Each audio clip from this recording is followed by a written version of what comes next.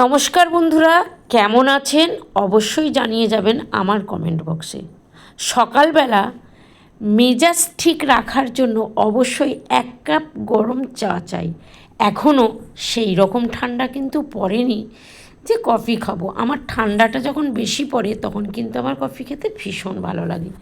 তো দেখুন, কুটুস কিন্তু বুঝতে পারছে না কার কাছে ও থাকবে। বাবার কাছে বিস্কুট খাবে নাকি মায়ের কাছে। ওকে বাবা একবার ডাকছে, মা একবার ডাকছে। কারণ কুটুস তো আর চা খেতে পারে না, কিন্তু বিস্কুটটা ও ভালো করেই খায়। সে বাবাই খাক আর মাই খাক, আর ওর জেঠি এসে যখন খায় তখনও ও কিন্তু বসে যায়। আর আপনারা তো দেখেছেন পরোটা খেতে কিন্তু কুটুস খুব ভালোবাসে। আমার ভিডিও আপনাদের কেমন লাগে একটু কমেন্ট বক্সে জানাবেন। আমারও ভীষণ ভালো লাগবে আপনাদের মতামত জানতে পেরে। সকালবেলা বেরিয়ে পড়েছি আপনার দাদা ভাইকে নিয়ে। কোথায় যাচ্ছি অবশ্যই আপনাদেরকে জানাবো, তার জন্য কিন্তু ভিডিওটা পুরো দেখতে হবে। তো বুঝতেই পারছেন আমরা ফেসবুকে কাজ করি। হ্যাঁ, অবশ্যই ফেসবুকে আমরা কাজ করি, সেখান থেকে আমরা কিন্তু আর্নিং করি, কেউ কম বেশি। তো ভাবছেন আমি হাঁটছি কেন, গাড়ি করে এলাম এখন হাঁটছি কেন? হ্যাঁ, আমার বৌদি আছে না, বৌদিকে আমি আনতে যাচ্ছি। যেহেতু আমরা গাড়ি করে এসছি দুজনে, আর বৌদি টোটো করে এসছে, সেই কারণে আমরা নিয়ে আসলাম। কোথায় আসলাম বলুন তো? বুঝতেই পারছেন, চোখের ডাক্তার। হ্যাঁ, অবশ্যই আমরা এসছি চোখের ডাক্তার দেখাতে। তো আমরা তিনজনেই একসাথে চোখ দেখিয়ে নেব। ডাক্তারবাবু কিন্তু ভীষণ ভালো।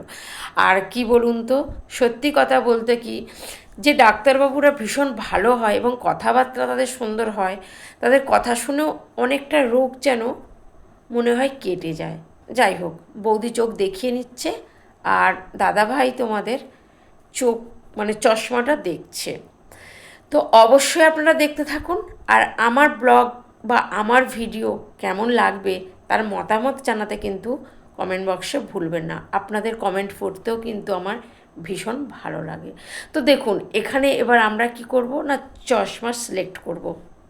তো কোন চশমাটাতে আমার ভালো লাগছে, যেটা এখন আমি পরে আছি নাকি যেটা আমি একটুখানি মানে হাতে তুলে দেখাচ্ছি আপনাদেরকে, সেইটা অবশ্যই আমাকে জানাবেন। আমি কিন্তু একটা চশমা সবে তৈরি করতে দিয়েছি, আর একটা চশমা কিন্তু আমি তৈরি করাবো। দেখুন, এইটা বললাম যে হাতে তুলে দেখাচ্ছি।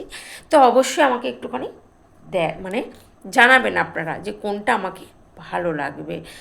তো তারপর আমরা কি করব সবটাই আপনাদের সাথে শেয়ার করব।